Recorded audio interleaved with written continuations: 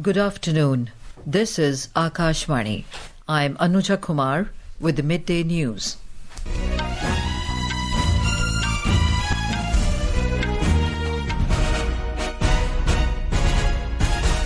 The headlines.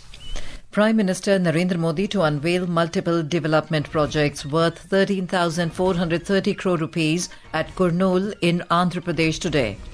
New Delhi says the US administration has expressed interest in deepening energy cooperation with India and discussions on the matter are ongoing. External Affairs Minister Dr. S. Jaishankar calls for stronger global cooperation to tackle terrorism, economic instability and climate change.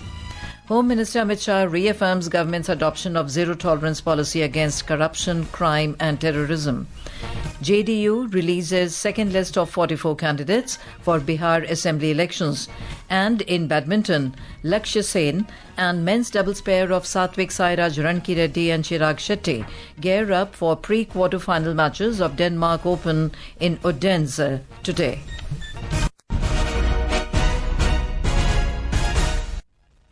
And now the news in detail. Prime Minister Narendra Modi will lay the foundation stone and dedicate to the nation multiple development projects worth around 13,430 crore rupees at Kurnool in Andhra Pradesh this afternoon. These projects span across key sectors including industry, power transmission, roads, railways, defence manufacturing and petroleum and natural gas. We have a report.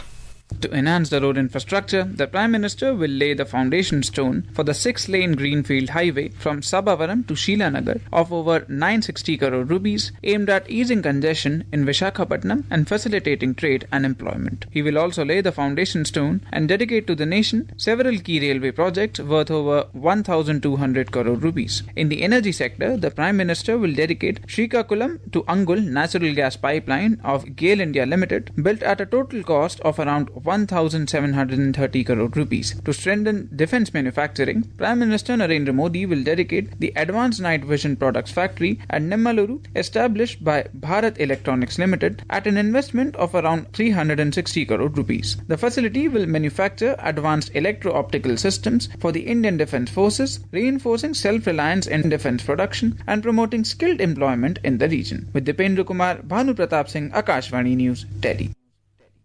The Prime Minister reached Kurnool this morning on a day-long visit to Andhra Pradesh. Upon arrival, the Prime Minister offered prayers at Sri Brahmaramba Mallikarjun Swami Varla Devasthanam and Sri Shivaji Spurti Kendra in Sri Salem. India today said the current US administration has shown interest in deepening energy cooperation with it, and discussions are ongoing on the matter. Replying to media queries on country's energy sourcing, External Affairs Ministry spokesperson Randhir Jaiswal said India has for many years sought to expand its energy procurement, which has steadily progressed in the last decade. The spokesperson elaborated that country's oil import policies are guided entirely by the objective to safeguard the interests of the Indian consumers in a volatile energy scenario. He said that ensuring stable energy prices and secured supplies have been the twin goals of country's energy policy. Earlier, during a press conference at the White House, US President Donald Trump said US has a great relationship with India and it is an incredible country. He described Prime Minister Narendra Modi as a great man and said that he is looking forward to meeting him on the sidelines of the upcoming ASEAN summit in Malaysia. Mr. Trump's statements came at a time when India's trade negotiating team is in Washington for the next round of talks with US officials. External Affairs Minister Dr. S. Jaishankar has stressed on enhanced cooperation among nations to deal with the challenges posed by terrorism, economic instability and climate change. He said these challenges are interconnected and they transcend national borders. The minister was addressing the conclave of chiefs of United Nations troop contributing countries in New Delhi today. He said India approaches peacekeeping as a civilizational ethos. India approaches peacekeeping from its civilizational ethos. We see the world as one family, a vision enshrined in the timeless phrase of Vasudhaiva Kutumbakam. This is not just cultural wisdom, but an outlook that anchors our worldview. It is why India has consistently advocated for justice, dignity, opportunity, and prosperity for all societies and peoples. It is also why we place our faith in multilateralism and international partnerships.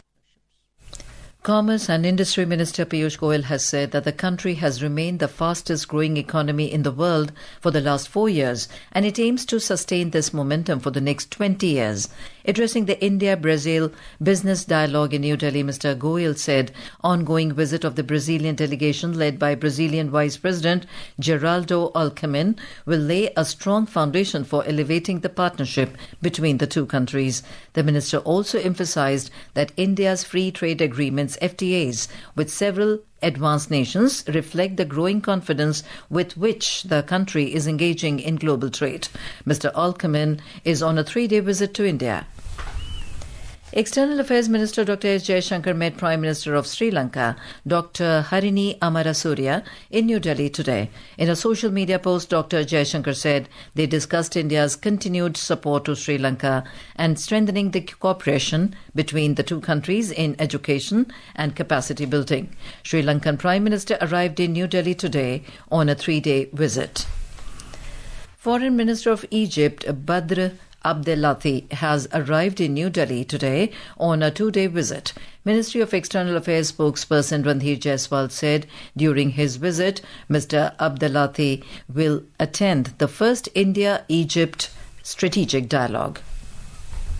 This is Akashvani giving you the news. For quick news updates around the clock, follow us on our X handle at AIR News Alerts. And for details of these stories and more, log on to our website www.newsoneir.gov.in and download the News on AIR app.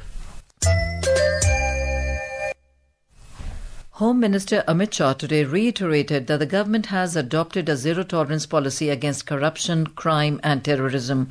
Mr. Shah was speaking after inaugurating the 2-day Extradition of Fugitives Challenges and Strategies Conference in New Delhi today. The Home Minister said a robust mechanism is being developed to ensure that all offenders are brought under the ambit of the law. Highlighting efforts to strengthen the rule of law, Mr. Shah said the government under Prime Minister Narendra Modi is committed to securing the nation's borders and ensuring justice. Today, under the leadership of PM Modi, a strong India is moving forward to ensure the rule of law along with secure borders. In this conference, we will ensure to bring together global operation, strong coordination and smart diplomacy. Railway Minister Ashwini Vaishnaw highlighted the government's ongoing efforts to transform the railway sector with a focus on enhancing passenger amenities. Mr. Vaishnaw was speaking after inaugurating several new passenger facilities at Khatipura railway station in Jaipur, Rajasthan today. On the occasion, the minister launched printed blanket covers for passengers travelling in AC coaches. He said the initiative aims to address concerns about blanket cleanliness. A new initiative has been started by the railways. There has been doubt among passengers about the cleanliness of blankets, and to address this issue, railways has introduced covers for blankets on a pilot basis. Once this experiment proves successful, it will be implemented across the country. The GST Bachat Utsav, announced by Prime Minister Narendra Modi and launched on the 22nd of last month, is benefiting people across all sections of society. Under the new structure of next generation GST reforms, the earlier 4 tiers tax slabs of 5%, 12%, 18% and 28% have been streamlined into a 2-tier structure of 5 and 18%. Today, our correspondent brings a report on the GST reforms that will boost the economy of Madhya Pradesh.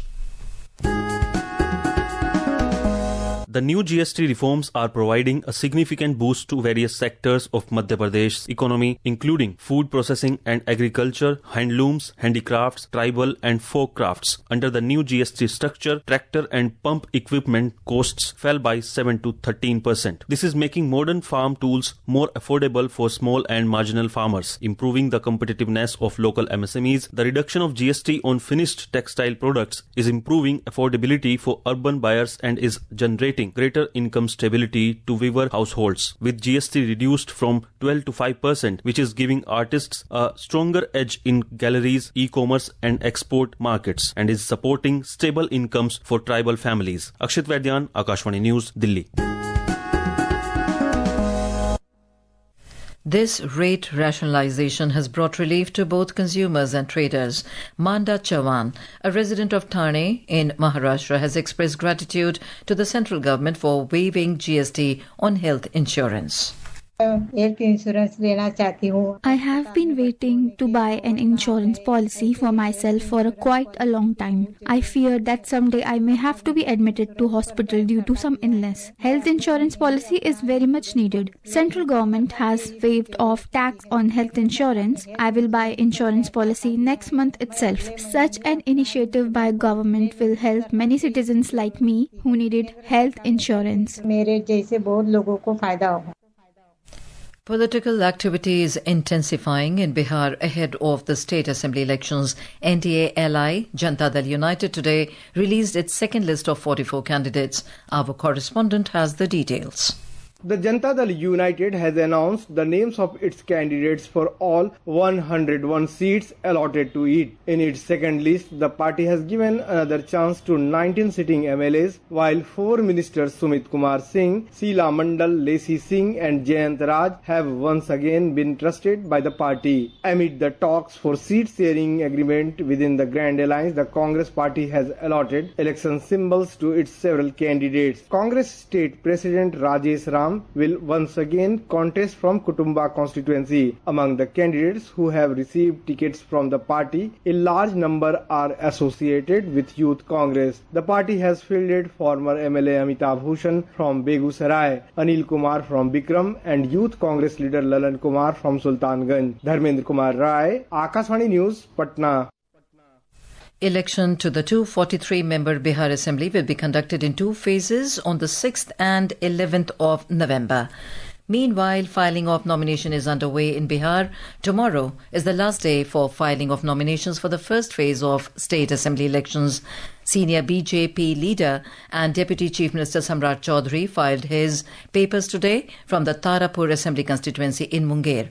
RJD leader Tej Pratap Yadav will file his nomination from the Mahua constituency in Vaishali district today. Addressing a public meeting in the Danapur Assembly constituency in Bihar, senior BJP leader and Uttar Pradesh Chief Minister Yogi Adityanath said that the NDA government has worked effectively to free Bihar from anarchy. Meanwhile, Election Commission has issued directions for allotment of broadcast and telecast time to national and state recognized political parties on Doordarshan and Akashvani in view of the Bihar polls. Under the scheme, free broadcasting and telecasting facilities of a base time of 45 minutes has been allotted on both Doordarshan and Akashvani for each party. The National Security Guard NSG, India's premier counter-terrorism force, is celebrating its 41st Raising Day today. Union Home Minister Amit Shah has greeted NSG personnel on the occasion. In a social media post, Mr. Shah said, NSG has set the gold standard in combat excellence by securing the nation with unwavering valiance and sacrifice. And in badminton, India's Lakshya Sen will face Danish player Anders Antonsen in pre-quarterfinals of Denmark Open in Odense today. World number 21 Lakshya defeated Ireland's Nhat Gyun in round of 32 yesterday. Star men's doubles pair of Satvik Sairaj Ranki Reddy and Chirag Shetty will take on Yang Po-han and Liu Kuang-heng of Chinese Taipei in the round of 16. 6 seeds Satvik Sairaj Ranki Reddy and Chirag Shetty defeated Christopher Grimley and Matthew Grimley of Scotland. And now, before we end the bulletin, the headlines once again. Prime Minister Narendra Modi to unveil multiple development projects worth 13,430 crore rupees at Kurnool in Andhra Pradesh today. New Delhi says the US administration has expressed interest in deepening energy cooperation with India and discussions on the matter are ongoing. External Affairs Minister Dr. S. Jaishankar calls for stronger global cooperation to tackle terrorism, economic instability and climate change. Home Minister Amit Shah reaffirms government's adoption of zero-tolerance policy against corruption, crime and terrorism. JDU releases second list of 44 candidates for Bihar Assembly elections. And in badminton, Lakshya Sen and men's double pair of Satvik Sairaj Ranki Reddy and Chirag Shetty gear up for pre-quarter-final matches of Denmark Open today. And with that, we end the midday news.